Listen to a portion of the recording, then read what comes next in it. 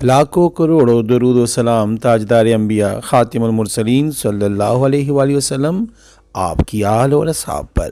یا مسبب الاسباب 786 بار پڑھ لو اور معجزہ دیکھو۔ لوگ گھر میں پیسے دینے آ جائیں گے، ایک دن کا امیر ہونے کا وظیفہ۔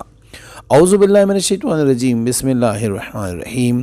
السلام علیکم ورحمۃ اللہ وبرکاتہ۔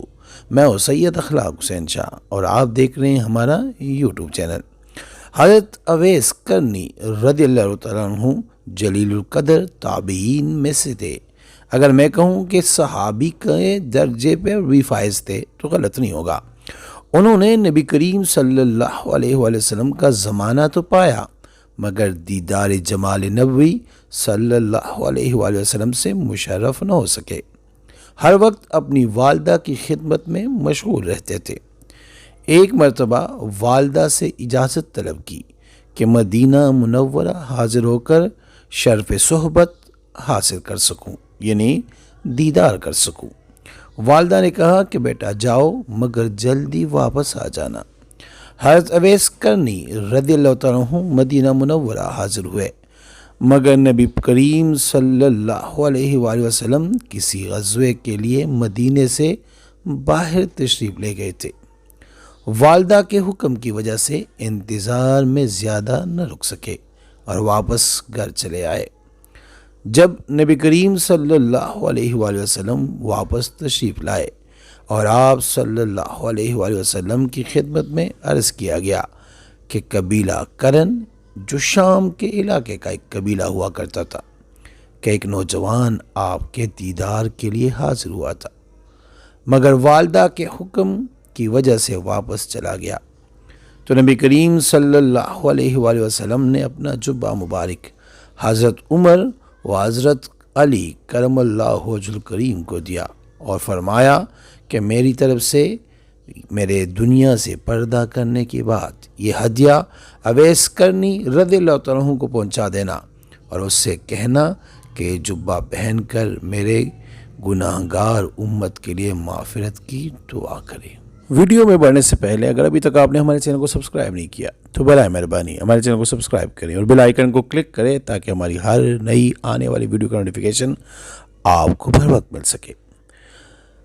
تذکرۃ الاولیاء میں ہے کہ وصال نبی کریم صلی اللہ علیہ وآلہ وسلم کے بعد حضرت عمر اور حضرت علی رضی اللہ تعالیٰ عنہ وکرم اللہ وجہ الکریم نے وہ جبہ اویس کرنی رضی اللہ تعالیٰ عنہ کو پہنچا دیا، اور جیسے ہی جبہ پہن کے حضرت اویس کرنی نے سجدے میں جا کے نبی علیہ الصلوۃ والسلام کی امت کے لیے دعا کرنی شروع کر دی۔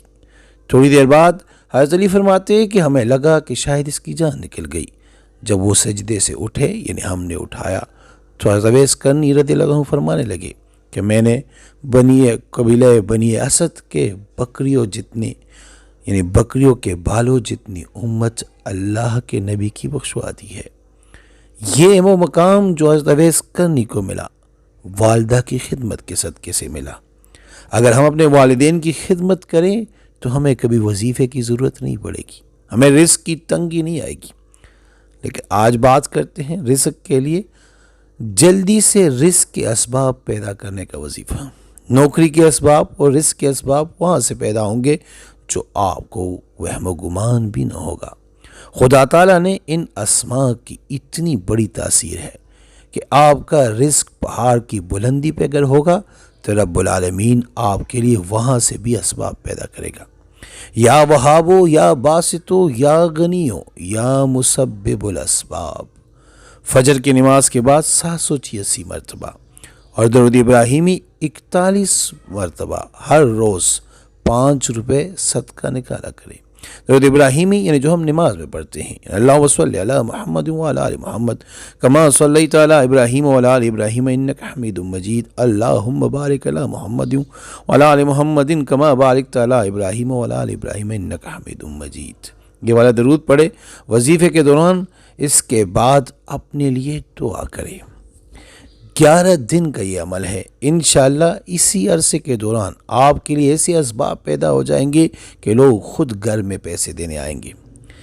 بغیر اجازت کے نہیں کرنا، یعنی جس نے عمل کرنا ہے وہ ایک بار سورہ فاتحہ پڑھ کر نبی پاک صلی اللہ علیہ وآلہ وسلم کو ہدیہ کر کے سبحان اللہ لکھتے، اجازت ہے۔ اور اگر کسی کو بتانا ہے تو اس کو کہیں وہ 3 بار سورہ اخلاص پڑھ کر ہمیں ہدیہ کرے، اس کے بعد آپ ان کی جگہ کمنٹ میں یا رب لکھ دینا، اس کو بھی اجازت مل جائے گی۔ دعاؤں میں یاد رکھیے اور اپنے دوستوں کے ساتھ بھی یہ وظیفہ شیئر کریں۔